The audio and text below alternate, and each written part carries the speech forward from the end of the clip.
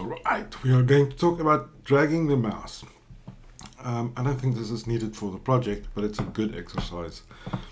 Here is essentially the same program as last time that drew the grid and where we recorded mouse clicks. Still setting the canvas size to 640 by 640 and setting the coordinates appropriately. Then there are three arrays. There are two double arrays, CX and CY, and they're going to store the X and Y coordinates of the centers of three circles. I just chose three, there's no particular reason. And there's also a color array CC, which I just initialized to have three different colors. And instead of drawing the grid, we have a for loop that iterates from 0 to however many circles there are, and picks a random coordinate for each circle, sets the pen color to that circle's predefined color, and then it fills the circle, so it draws a circle. And essentially this program draws three circles in three random spots. And the idea is to be able to click on a circle and drag it around. So we are going to do that. This is the code from last time that records a mouse click.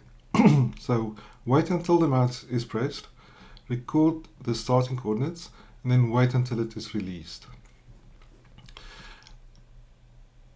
I want to know which circle I'm dragging, so I'll have to determine which circle is closest to this mouse click. So I'm going to have a variable called dragging, and it's going to be -1 to say I'm not dragging anything.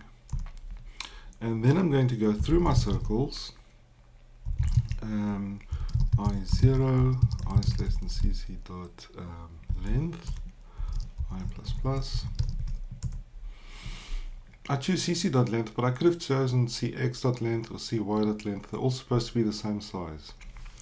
And then I'm going to say if the distance from my mouse click to the center of circle I, from my mouse click to the center of circle I, is less than the radius, which I set as 32 or equal, then I've clicked on circle I, and I'm going to pick that as the one I'm dragging. So I'm going to say dragging equals I, this is the circle number, and break immediately.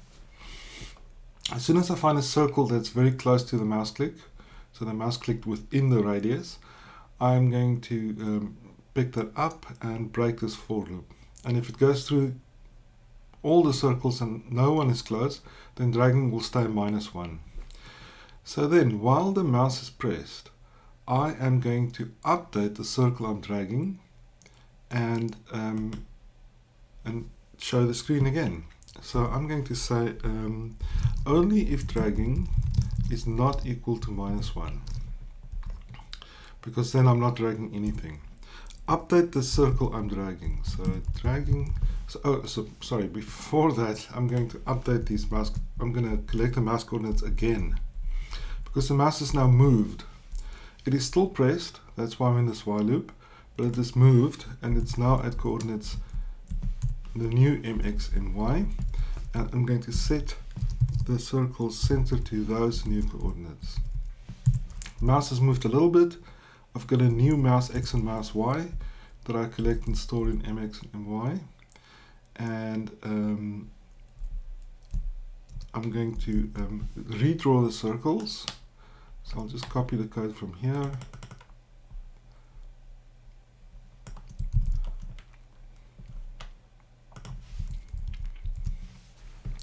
I shouldn't pick a new random spot for each of the circles. I should just be drawing them.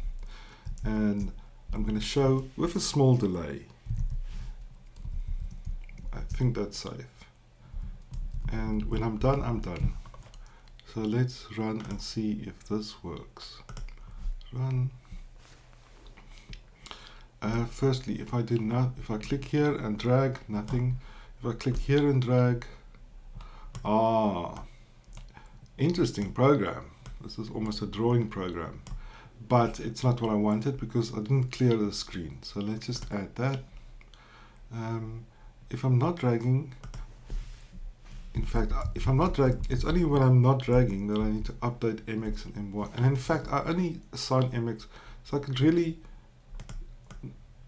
do this. I could really put that MX value in here and put the value of MY directly in here and not update the variables. If I'm not dragging, also clear the screen. There we go. Save, run. Not going to drag. Well, I'm going to drag, but nothing. Drag the red circle. Beautiful. Drag the green circle. Beautiful. Drag the blue circle. How do we know which circle goes over and under the other one? Well, that depends on the for loop that draws them. So the for loop starts at 0, and as you can see, 0 is always the red circle, so it's drawn first. The blue is drawn last, so it's always on top. There we go.